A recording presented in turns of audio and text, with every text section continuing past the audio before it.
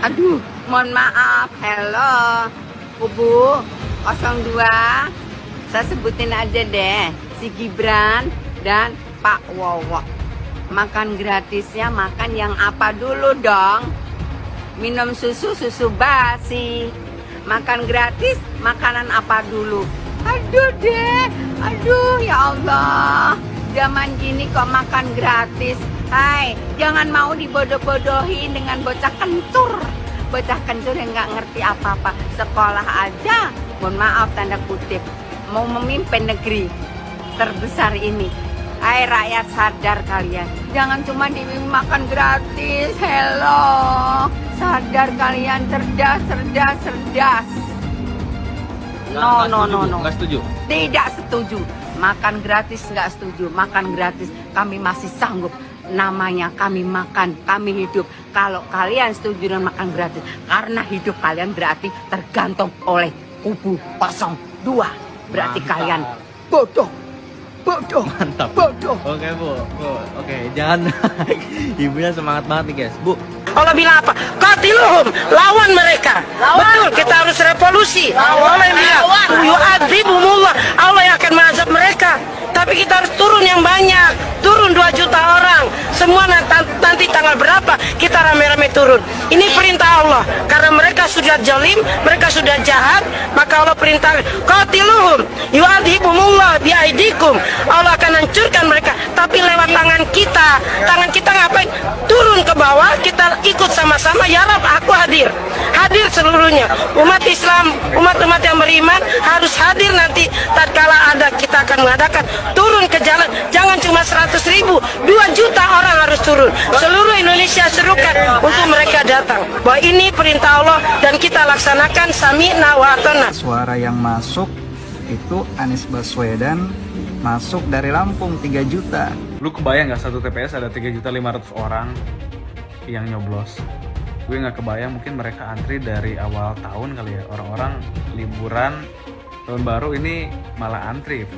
Dan gue nggak kebayang berapa banyak anggota KPPS yang ada di sana. Satu lagi di Aceh nih, ada satu TPS yang dicoblos oleh 181.000 orang. What? Kebayang nggak sih kalau misalkan angka ini ada di posisi 02? Berapa banyak konten yang bilang, "Wow, curang tuh." Gue rasa curang, teriak curang sih kalau ini ya. Ya lu lihat sendiri deh, ini websitenya KPU. Seharusnya pemilu diulang sampai Anies menang. Rakyat sudah cerdas, sudah pintar, ya, tidak mau dibodohi lagi oleh order-order atau pecundang-pecundang pengkhianat-pengkhianat bangsa yang merongrong rakyat Indonesia, yang menghancurkan kedaulatan Indonesia. Ingat itu. Kami merasa dicurangi. Saya tetap melawan. Saya akan turunkan pasukan-pasukan. Bahkan rakyat Indonesia saya serukan semuanya harus turun di jalan. Kampung KPU, kampung KPU, kampung KPU. Takbir! Takbir! Bismillahirrahmanirrahim. Bismillahirrahmanirrahim. Bismillahirrahmanirrahim. Sekarang pemilu Pilpres sudah selesai. Sudah tiba waktunya Anda untuk segera mengundurkan diri. Karena tidak elok dilihat Anda memakai mobil dan fasilitas mewah sebagai menteri, karena Anda ditunjuk oleh Jokowi sebagai menteri, tapi Anda terang-terangan melawan beliau berhaluan politik, berbeda haluan politik. Mundurlah sebagai menteri baik-baik agar Anda terhormat. Jangan lengah, jangan terprovokasi, jangan terhipnotis oleh berita-berita maupun berbagai perkembangan yang dimainkan. Sama dengan pemilu yang lalu, belum apa-apa sudah ada yang sujud syukur. Kita harus terus waspada, waspadalah. Karena pada dasarnya proses ini masih panjang. Tetap serius, semangat, dan terus jaga suara amin dan partai-partai kita. Insya Allah hasil akhirnya kita yang akan menjadi pemenang pemilu tahun 2024. Kita memiliki misi yang jauh lebih besar. Kita ingin membangun demokrasi di Indonesia menjadi demokrasi yang makin menjunjung tinggi adab, yang menjunjung tinggi etika. Karena itu saya ingin sampaikan kepada seluruh pejuang perubahan bahwa saya akan terus berada di dalam gerakan perubahan ini dan tidak akan bergeser sedikit pun.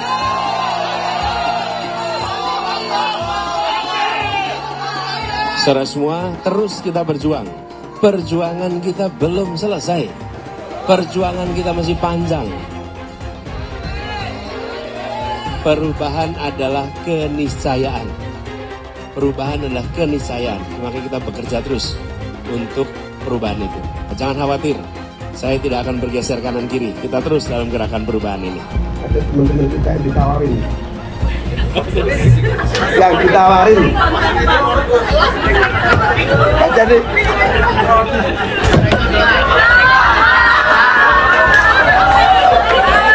Oke.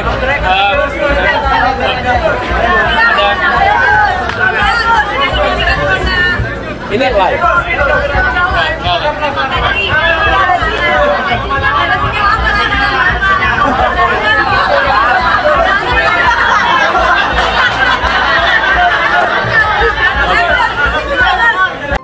Ya tetap aja, tapi datamu itu ngawur. Bilang angin nggak punya KTP segala. Saya yang malu. Haduh, Nies.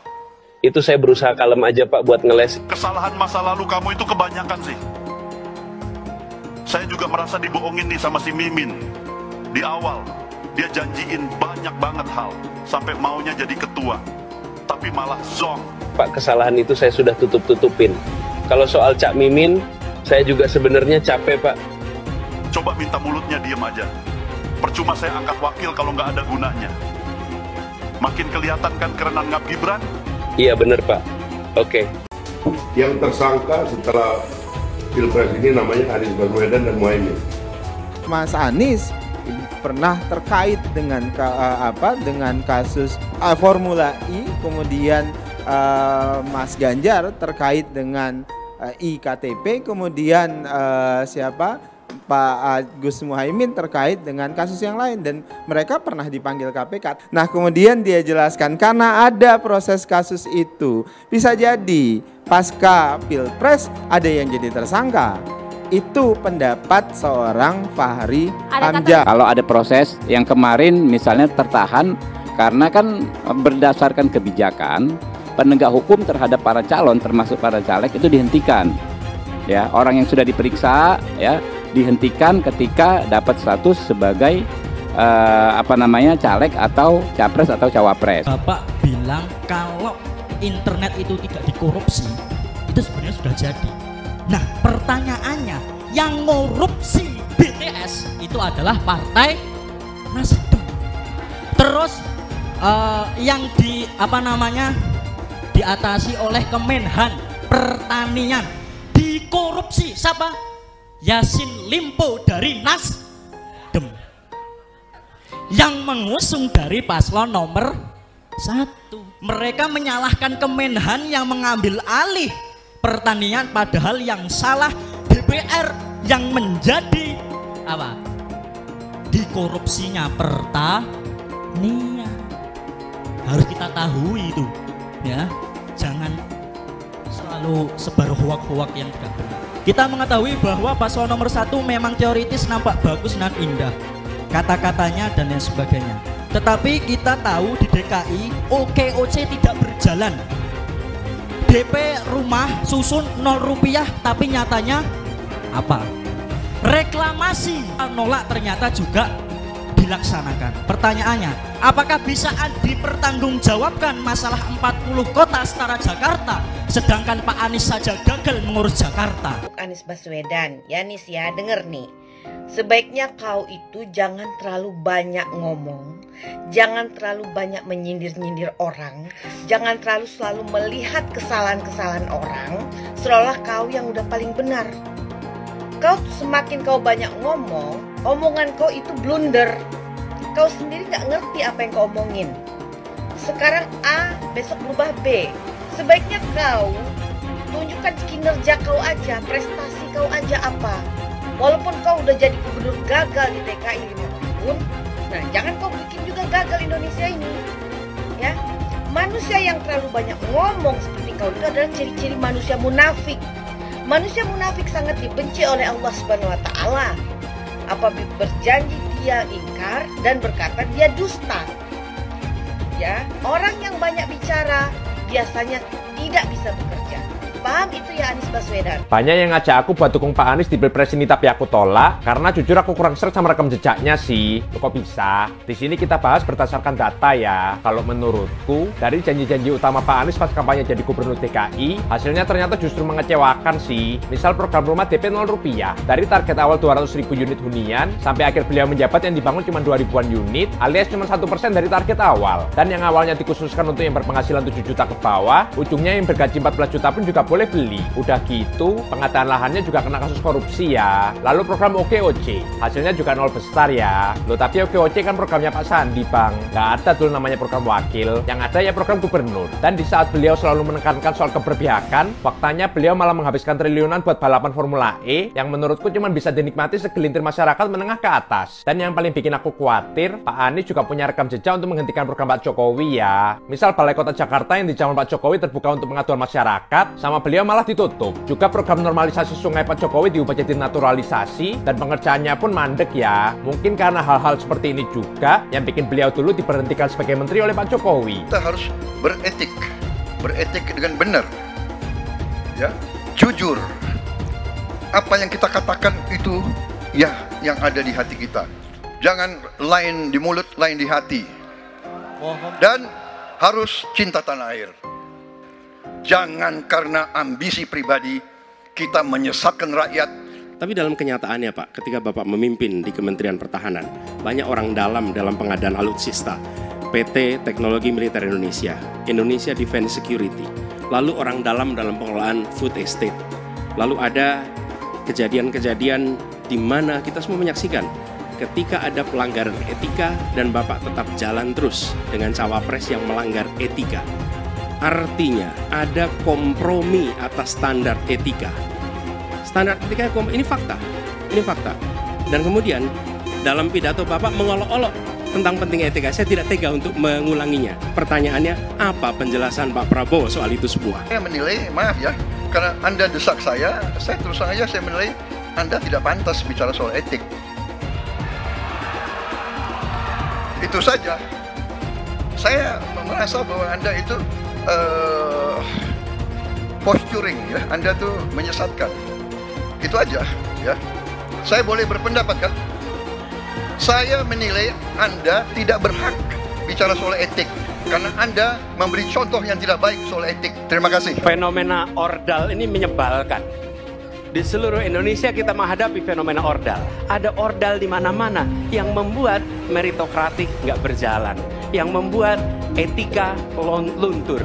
Dan ketika fenomena ordal itu bukan hanya di masyarakat, tapi di proses yang paling puncak terjadi ordal, maka rakyat kebanyakan, dan ini saya rasakan beberapa waktu yang lalu, beberapa orang guru berjumpa dengan saya dan mereka mengatakan, Pak, di tempat kami pengangkatan guru-guru itu mendasarkan ordal.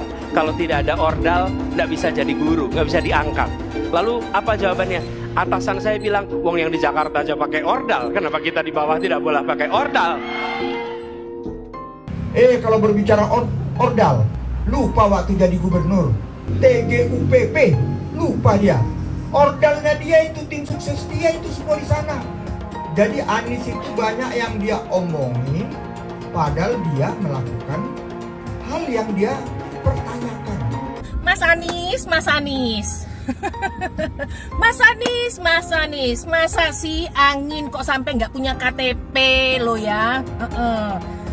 Angin keluar, angin masuk, angin keluar, masuk angin dodo ya, angin puting beliung, wes angin-anginan itu kok semua bisanya nggak punya KTP itu loh ya. Angin dari Jakarta ke Lampung ke Sumatera ke Jawa itu ya, kok bisanya liar begitu. Sama seperti air hujan ya, air hujan itu yang banjir itu bukan banjir ya, itu itu air parkir ya, air yang parkir Mas Anies, Mas Anies. Mau punya pemimpin yang seperti itu ya, mau punya pemimpin yang seperti itu, dikiranya rakyat ini bodoh semua kali ya. Air hujan jatuh ke bumi, nggak boleh masuk gorong-gorong. Yang banjir itu bukan banjir, itu parkir, Mas Anies, Mas Anies. Mas Anies pernah jadi gubernur 5 tahun di DKI. DKI menerima indeks polusi tertinggi di dunia. Bagaimana dengan anggaran 80T, Pak Anies sebagai gubernur tidak dapat berbuat sesuatu yang berarti untuk mengurangi polusi. Terima kasih. Polusi udara tak punya KTP, angin tak ada KTP-nya. Angin itu bergerak dari sana sini. Ketika polutan yang muncul dari pembangkit listrik tenaga uap mengalir ke Jakarta, maka Jakarta punya indikator, karena itu Jakarta mengatakan ada polusi udara. Ya susah kalau kita menyalahkan angin dari mana saja ya. Kalau kita dengan gampang menyalahkan angin, hujan dan sebagainya, ya mungkin tidak perlu ada pemerintahan kalau begitu ya. Mas Anies, Mas Anies.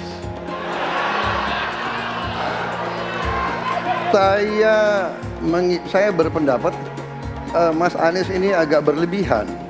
Mas Anies mengeluh tentang demokrasi ini dan itu dan ini. Mas Anies dipilih jadi gubernur DKI menghadapi pemerintah yang berkuasa.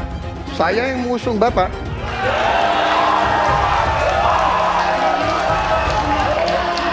Kalau demokrasi kita tidak berjalan, tidak mungkin Anda jadi gubernur.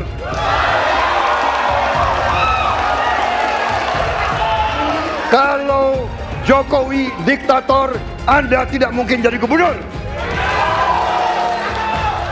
Saya waktu itu oposisi, Mas Anies. Anda ke rumah saya, kita oposisi, Anda terpilih. Apa yang bisa diharapkan dari Anies? Nggak ada. Jakarta amburadul. Mimpin Jakarta aja amburadul, apalagi mimpin Indonesia. Anies itu perbual. Kayak mana apa karena perbual itu? Pembohong. Pembohong itu Anies itu. Gak usah dengar itu. Nggak layak jadi pemimpin. Apalagi jadi presiden.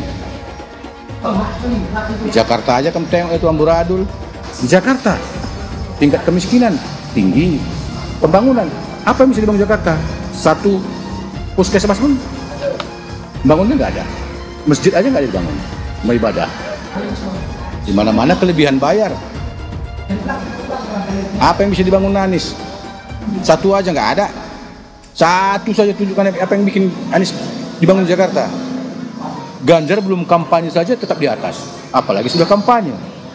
Anies yang sudah keliling Indonesia, yang naik jet pribadi, keliling, jangankan naik, makin nyungsep ke bawah. Masyarakat sudah tahu siapa Anies. Anies, siapa belakangnya? Oligarki, satu. HTI, FPI. Masyarakat Indonesia bukan cari orang Yaman. Indonesia mencari nyaman. Anies ini keliling-keliling Indonesia mau ngapain sih? Bingung saya ngelihat. Menawarkan perubahan tapi tanpa konsep dan gagasan. Apa yang mau dirubah dan perubahannya seperti apa? Apakah akan merubah negara Pancasila menjadi negara khilafah juga nggak jelas. Jadi perubahan apa yang mau ketawarkan Nis? Jadi jangan berharap dapat lotre lah Nis, tiba-tiba jadi presiden Indonesia. Nggak, Indonesia ini terlalu luas, terlalu besar. Jangan bermimpi lah. Bicara ke sana ke sini keliling Indonesia seolah-olah paham dan mengerti masalah negara. Lawang jadi gubernur aja 5 tahun kamu nggak ngerti masalah Jakarta. Apa yang kamu lakukan dengan Jakarta? Nggak ada Nis, nggak ada.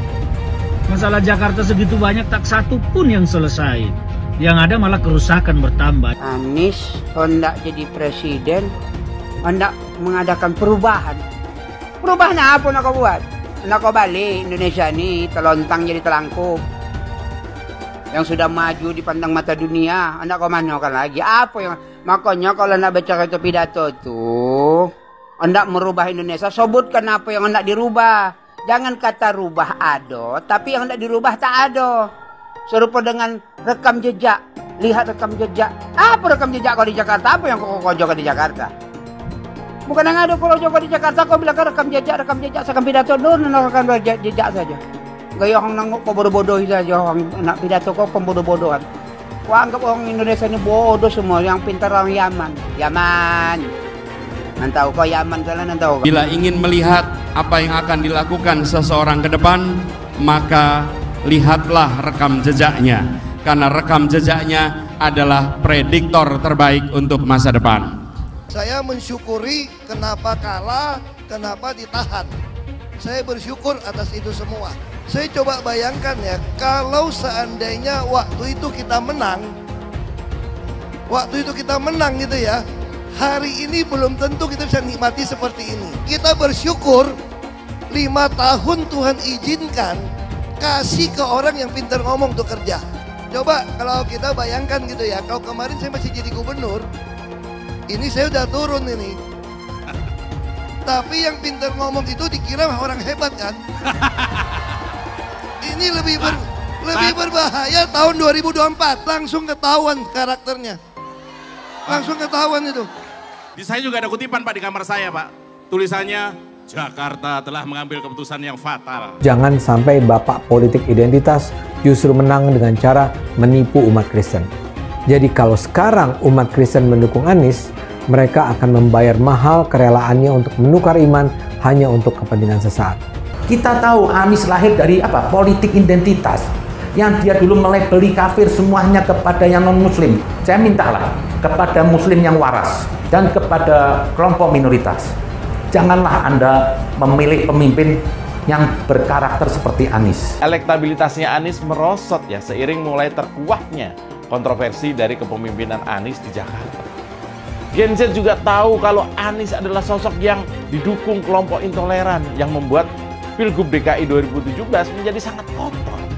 Politik identitas yang mengarah ke perpecahan seperti yang dikeluarkan pendukungnya Anies, yaitu Kadrun bin Kampret. Kafir lah, laknat lah, PKI lah, ya cuman itu doang kemampuannya. Itulah pendukung Anies. Jangan pernah takut melawan Kadrun yang cuma pengen Indonesia hancur. Presiden kita ini memecah belah umat. Kalau punya jejak pernah memecah belah umat, jangan dipilih. Kita lihat apakah pemimpin kita, calon pemimpin kita ini ya pernah menggunakan agama sebagai alat untuk memenangkan kepentingannya atau tidak. Kalau agama diperalat untuk merebut kekuasaan, jangan dipilih. Sekali lagi, kalau ada calon pemimpin yang punya rekam jejak memperalat agama untuk kepentingan politiknya, jangan dipilih. Bapak politik identitas Indonesia Anies Baswedan, Bapak intoleransi Indonesia Anies Baswedan, jangan lupakan, jangan terlena, jangan sampai dia pecahkan kita dengan dagangan ayat dan mayatnya. Air itu turun dari langit, turunnya ke atap rumah langsung sumur bor, bukan ke sungai dan ke laut. Saya ingatkan, jangan ada lagi politik identitas. Jangan ada lagi politisasi agama. Penjajahan di depan mata itu di Jakarta. Kita semua pribumi ditindas, kini saatnya kita menjadi tuan rumah di negeri sendiri. Saya bilang, Miss, ente gak bisa jadi presiden. Kenapa? Karena presiden adalah orang Indonesia asli, saya bilang. Anies, ibunya Arab, bapaknya Arab, kakeknya Arab. Mas Anies nikah dengan keturunan Arab. Menantu Mas Anies, anak Mas Anies nikahnya dengan Arab lagi. Jadi Mas Anies kalau merepresentasikan Indonesia agak kurang keindonesiaannya. Mungkin 3% Indonesia aja yang bisa direpresentasikan oleh Mas Anies. DKI yang kita harapkan, Anies Baswedan yang begitu jelas Islamnya, 4 tahun 8 bulan jadi gubernur. Mana peraturan pergub saja yang melarang migrasi? Mana perda Islam apalagi? Yang akhirnya tidak berani juga menegakkan hukum Islam. Banjir tetap banjir, macet tetap macet, kriminalitas Jakarta. Anda tahu, 2 menit sekali terjadi pencurian. Sekarang orang sedang euforia, dia mau dicapreskan. Bagaimana umat terjebak lagi, bodoh lagi, masuk lagi. Kalau misalnya memang Anies itu mau maju dan dia tekad mau menegakkan hukum Islam dan menyatakan perlawanan, saya peduli. Tapi dia tidak lakukan itu. Jangan hanya konsentrasi pada pembangunan, benda-benda mati yang indah difoto dan bisa ditunjukkan dalam 5 tahun hasilnya. Kalau kita mau menilai sebuah janji, maka lihat janjinya atau lihat kenyataannya. Dulu janjinya apa ya? Dan ini aneh, betul-betul aneh. Ini bukan kampanye, tapi saya sampaikan di sini. Di satu sisi menyiapkan jalur-jalur air untuk dikirim ke laut, di sisi lain di lautnya dipasang dengan pulau reklamasi, tinggal tunggu waktu jadi rob, air balik. Dan ini melawan sunatullah. Kenapa? Air itu turun dari langit ke bumi, bukan ke laut. Harusnya dimasukkan ke dalam bumi, masukkan tanah. Di seluruh dunia air jatuh itu dimasukkan ke tanah, bukan dialirkan pakai gorong-gorong raksasa ke laut. Jakarta telah mengambil keputusan yang fatal. Bukan banjir, itu memang parkir air. Bukan banjir, itu memang parkir air. Masyarakat berkeliling dengan membawa toa untuk memberitahu semuanya, termasuk sirine. Aibon 82 miliar. Apa alat transportasi yang dimiliki oleh hampir setiap orang? Alat transportasi yang dimiliki semua orang adalah kaki. Kalau seandainya orang Jakarta percaya Pak Anies jadi gubernur pun, saya berani jamin kok dia akan lakukan normalisasi yang sama seperti saya lakukan kok. Gak usah bohong lah. Ketika air sampai di muara, maka siap untuk dipompa ke laut. Pancasila Soekarno, ketuhanan ada di pantai. Anak Tuhan dari mana? Kalau Yesus anak Tuhan, bidangnya siapa? Besok di seluruh wilayah Indonesia kami katakan dan Iblis hanya menggoda orang yang beriman. Makanya jarang-jarang orang kafir kerasukan setan. Yang kerasukan setan itu orang baik-baik. Jarang, saya belum pernah nengok Cina kerasukan setan. Pernah tak Ahok itu kerasukan setan? Enggak, setannya juga. Karena sesama setan dilarang saling menggoda. Karena di salib itu ada jin kafir. Haleluya. Kepalanya ke kiri apa ke kanan?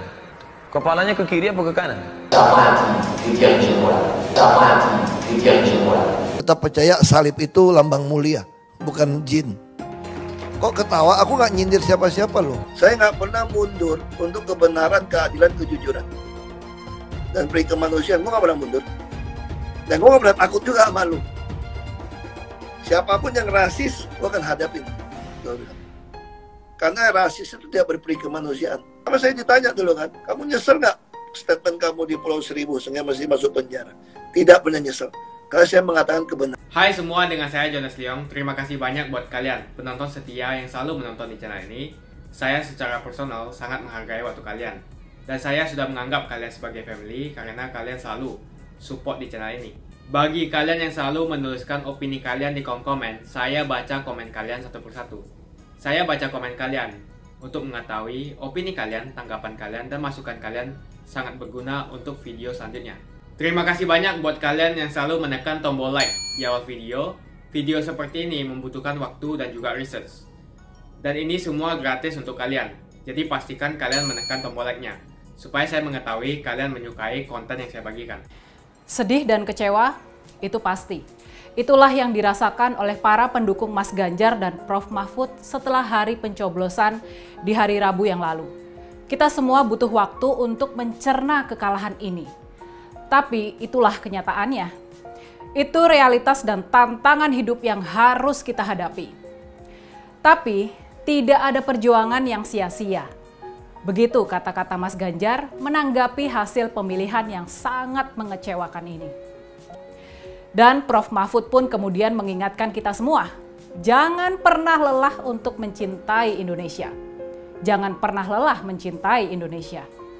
Uniknya, ucapan ini sama dengan yang pernah dikatakan oleh Ibu Sri Mulyani ketika dia pun dulu pernah dihantam kekecewaan besar terhadap praktek politik di tanah air. Dia pernah dikalahkan. Dia harus mundur dari jabatannya sebagai Menteri Keuangan di era Presiden SBY. Ibu Sri Mulyani sukses membenahi dan menjaga ekonomi Indonesia untuk bisa melesat menuju posisi kita sekarang, menuju Indonesia jadi negara maju. Tapi posisi bangsa kita sekarang ini ternyata malah kembali tergoyah. Dari sejarah perjalanan hidup Ibu Sri Mulyani, kita pun paham kalau kehidupan itu memang penuh dengan pasang surut.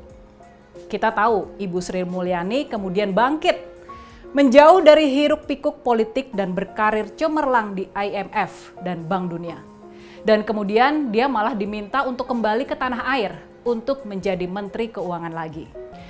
Kita yang sebelumnya punya optimisme tinggi terhadap bangsa kita, terhadap ketangguhan dan cita-cita tinggi bangsa kita, terhadap harapan negara kita bisa jadi negara maju sebelum tahun 2045, di saat kita merayakan 100 tahun Indonesia merdeka, ternyata optimisme tersebut disirnakan dalam seketika. Dengan begitu saja, lewat hasil pemilihan di hari Rabu lalu. Tidak ada perjuangan yang sia-sia. Jadi walaupun pilu kekalahan dan kekecewaan masih menancap kuat di hati kita semua, yakinlah, tidak ada perjuangan yang sia-sia. Lalu kita pun diingatkan pada sosok Pak Ahok, Pak Basuki Cahayapurnama.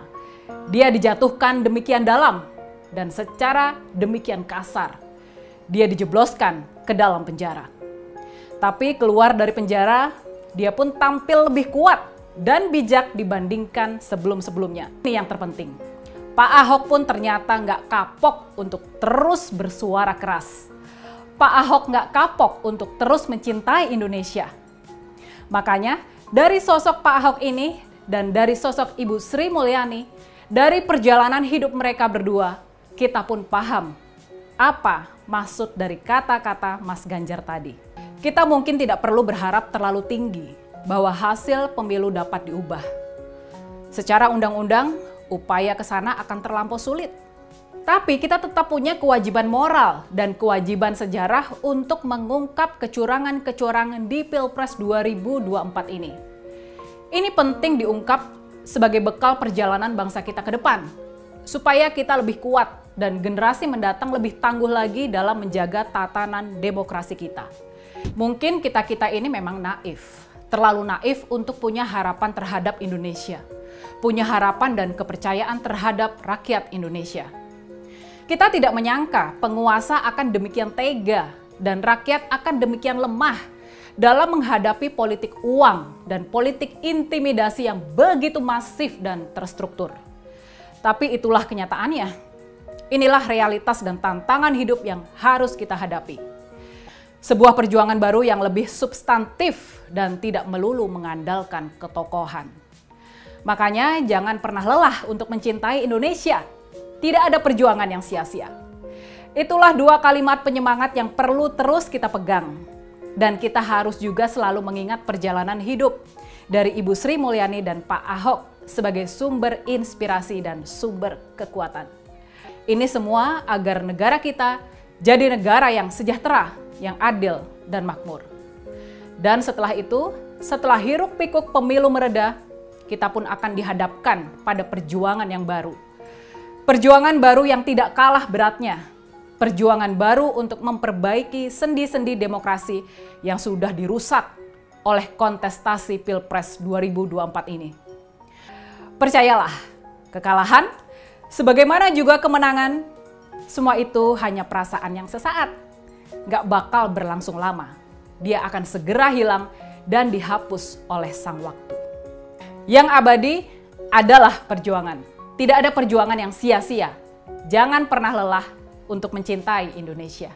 Kalau Anies maju sebagai calon presiden, pasti dia akan menggunakan politik identitas. Ini adalah jawaban yang dilandasi dengan akal sehat dan melacak jejak politik di masa lalu. Ganjar misalnya, nasionalis tulen, PDIP tulen. Dia tidak akan mungkin memanfaatkan alasan agama, suku, ras untuk mengangkat dirinya atau menjatuhkan lawannya. Ini bukan saja karena elektabilitas yang sudah tinggi, tapi juga karena dia tidak mungkin mendorong masyarakat memilih dengan alasan identitas.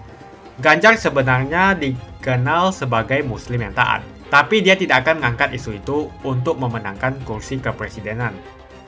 Prabowo apalagi, keluarganya pun multi agama. Dengan kata lain, mengingat Jokowi yang sudah tidak maju lagi, kali ini hampir pasti Pak Prabowo tidak akan menggunakan politik identitas agama. Jadi, kemungkinan satu-satunya yang menggunakan politik identitas adalah hanya Anies Baswedan. Pertanyaan itu lantas saja menimbulkan amarah di kubu Anies, salah satunya dari kelompok khilafah.